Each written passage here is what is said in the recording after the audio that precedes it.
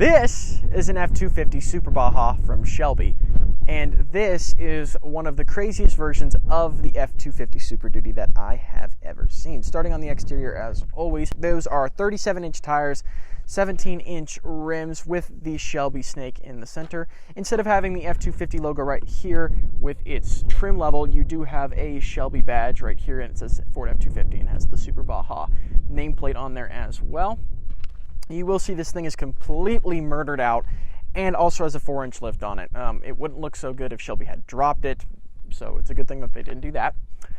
Everything on the side, other than you see a little Shelby badge down there on the door, is basically F2 standard for the F-250, other than this Shelby Super Baja thing back here.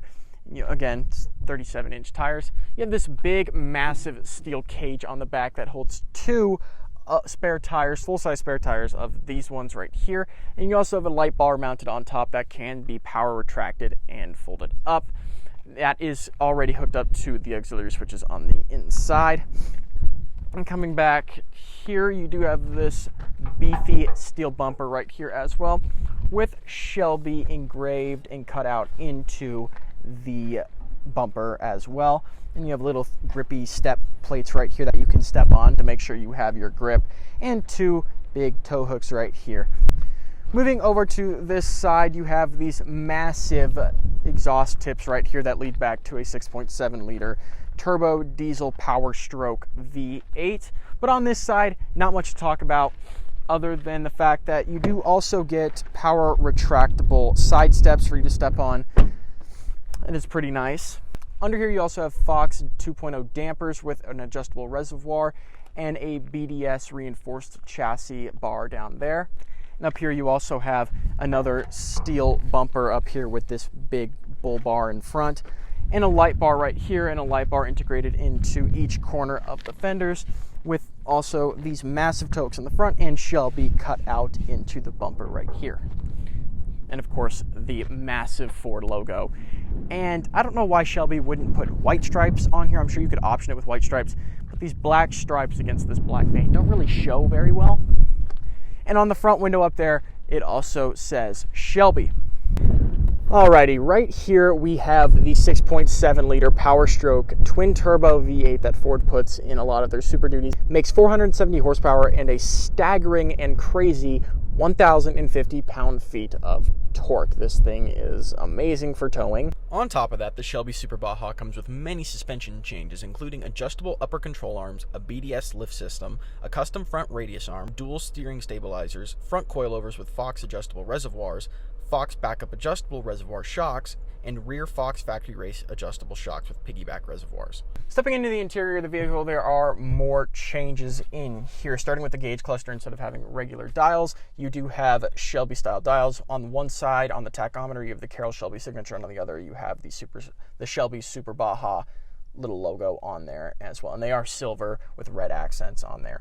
You also have tons of carbon fiber in this interior, whether it be on the steering wheel, the vents right here around the gauge cluster, on the door handles right here, on the center right here around the cup holders and everything like that, or even for the Super Duty logo sitting right there, bunch of carbon fiber. And then you also have these Shelby design seats that are black, red contrast stitching, and have these little holes in the middle. I think that's just a design choice. They're not functional in any way. You also have Shelby stitched into the seats as well on the passenger and driver's seat up front, and then a massive Shelby Super Baja little plaque in the middle on the center console. And I'll show you guys what's going on in the back seats in a second. As for the practicality of this vehicle, do have a decent amount in there. You can also turn off the passenger airbag if you wanted to. Glove box is a decent size, not the largest I've ever seen in a truck, but decent size. And for the center console, of course, absolutely massive. Starting up the trunk, this again is the 6.7 liter Powerstroke turbo diesel V8, so it can be a little noisy. Alrighty, now that the vehicle is on, let's go over some of the electronics in this car. For the gauge cluster, you have a center screen that tells you plenty of information. You have digital gauges, you have a digital speedometer. You can change your driver assistance features in there, view your off-road settings. You can look at your pitch and yaw angles and also the amount that your wheels are turned, your power distribution, just in case you're curious about, how much power is being sent to the front or rear wheels, if you have it in two-wheel high or two-wheel low. Pretty interesting stuff like that. You can also do of course, your fuel economy and things of that nature. In the center, you have Sync 3. 2022 is supposed to bring Sync 4 to the F-250 and the whole Super Duty lineup, but for right now, the F-150 is the only truck Ford makes that has Sync 4 in it. Sync 3 is not bad. You still have all your audio settings, Apple CarPlay, navigation, and some apps, just not as in-depth as the Sync 4 system is. You also have your climate controls down here as well, heated and cooled seats, dual zone climate control. Pretty neat stuff like that. You have a wireless charging pad down here as well with another USB Type A and a USB Type C port. Up here you have 6 auxiliary switches. The sixth one has been already wired from the factory to control your large light bar at the top of the rack in the back. You also have these other ones that are most likely to control the lights in the front, integrated into the front steel bumper up there. And right here you also have an electronic button to open and close your rear window. Your controls for also controlling your sunroof / moonroof are up here as well if you're interested in that. This also has a Bang & Olufsen sound system. The bass is good, the treble is good. I think the midtones are a little off, but Bang & Olufsen typically makes very good sound systems, and this one we found out while driving it that it is compatible with Dolby Atmos. If you got the new update for iOS, you'll know that a lot of songs and musicians and artists are coming out with Dolby Atmos for their songs. This system, this Bang & Olufsen system, is compatible with Dolby Atmos, just like your AirPods are, or your Beats Pros, or whatever you have. Definitely compatible. And another thing before I forget, you do have your drive modes on here. You don't have a sport mode, but you have a normal mode, a tow and haul mode, you have an eco mode, a slippery, and a deep snow and sand. If you ever plan on taking this into the sand or anything like that, you will be able to use that for these things. You also have a switch down here that is able to raise and lower the light bar in the rear. If you ever wanted to raise it up, you just press up on the little panel. That is not factory installed, that's from Shelby. But as you can see right now, after I just raised it, it is up and in the ready position to be turned on. And if you don't want it up there, you just hit the down button and it lowers the light bar down using hydraulics, that is. All right, moving on to the rear seats of the F-250 Super Baja. It is comfortable back here, and you get a load of legroom back here with probably a good 10 inches of knee room. You also get these carbon fiber bits back here as well, just like up front. I'm a little concerned that on the door panel, it is still like just cheap, hard plastic. I'm not a super huge fan of that, but if you can get over that, I just think if you're spending over $100,000 on a truck, it should be leather. And I'm sure a lot of people out there feel the same way. You also have carbon fiber down here around the air vents, and next to the air vents you have your heated seats for your passengers back here, a 12-volt socket, a USB Type A and USB Type C, and a house-style outlet. You also get these massive rear seat pockets to stuff whatever you want in there, and then if you ever get thirsty on the road or want to lay your head somewhere, you have a leather-wrapped center armrest right here with 2 cup holders inside. Alrighty, so driving the F-250 Super Baja from Shelby, the driving position instantly is super commanding. You have such a large lift on this thing compared to a regular F-250 that driving one is like night and day difference. But that leads to some drawbacks that I'm going to go over.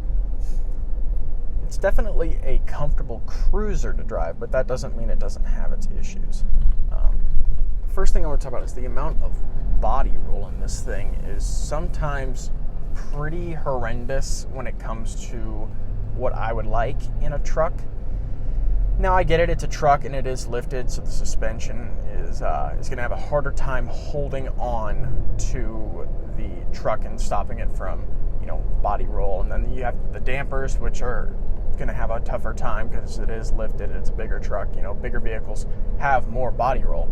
That's just a fact. But for me, it's a little much. But for some people out there, it may not be. The lifted suspension, the more commanding driving position, might be worth the, extra body roll that you would get out of this thing. Next thing I want to talk about is steering. Now, there is play in the steering wheel. It's not a terrible amount. Again, a little too much for my liking. but it's not to the point where, like on the Jeep Gladiator, where it completely made the steering feel numb. The steering doesn't feel numb in this. In fact, surprisingly, when you go into turns, and this is, notorious for Shelby vehicles, is it actually tightens up very well. Steering tightens up very well, easy for handling, and along with, going through tight turns and everything, your power, you put your foot in the gas, even though it is a diesel, the 6.7 liter in this actually puts down a decent amount of power and thrusts you forward pretty quickly. And I definitely like that about that engine. Now, I've driven it only in two-wheel high mode. I haven't tried to go from a stop in four-wheel high. I don't plan to. Another thing I will say is, so it is very windy outside right now, probably about 20 mile an hour winds, which you can definitely hear from the microphone in the video. But the wind, along with the, I feel like the suspension being as soft as it is, and the steering having that play in the middle, and the steering being sort of light when you're not really on it, it can push the vehicle a lot all over the road, which can be kind of annoying to go through, especially when you're making tiny micro adjustments to the steering wheel to make sure the truck is still on a straight path. But the added weight to this truck definitely doesn't slow it down, which is a nice thing. As for technology and comforts in this thing, this has adaptive cruise control, which works pretty well. I wish it was kind of like the system in the newer Fords, like the F-150, the Mach-E, where if you turn on the adaptive cruise control, it also had lane centering, which allows it to basically drive itself on the highway as long as you have your hands firmly on the steering wheel. Overall, it's a decent driving truck. For me, though, it is a little big, and the body roll and the steering play is a little too much for me. The power for it is actually pretty decent, especially that torque off the line, and since it's a diesel, it's twin turboed already, having that torque very early on in the rev range allows, to get pretty good starts on people. Not that you're going to be racing this against any like BMW M2 or Ford Mustang, but, it's still a decent amount of power directly off the line. For that, I have to say, it's a pretty decent truck to drive. All right, and that is the Shelby Super Baja F-250. Absolutely insane vehicle. And if you're into off-roading, that 6.7 liter V8 and that 4-inch lift should provide you plenty of versatility for your liking. If you like the video, go ahead and smash that like button. If you want to see more from us, go ahead and subscribe, and I will see you all in the next video.